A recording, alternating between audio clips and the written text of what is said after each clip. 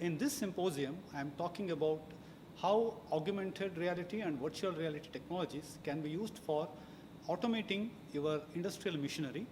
So I covered different stakeholders, right from the shop floor supervisor to the maintenance person to the operator on how his life could be better using AR/VR technologies, how cost optimizations can be done, how time saving can be done using AR/VR on an industrial machine. Currently, the entire manufacturing industry is moving very rapidly towards Industry 4.0.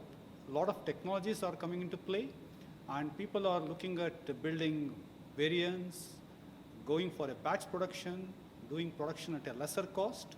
And such symposiums really introduce the users of the machines and also the builders of the machines in terms of how they can adapt these technologies to build better machines, to use their machines effectively and get more out of it, and also have huge cost saving and optimizations in their plants.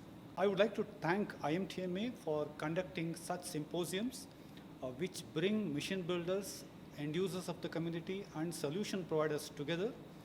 It will introduce new technologies into the area, and IMTMA has been successfully conducting such symposiums, and I had the privilege of addressing many such symposiums.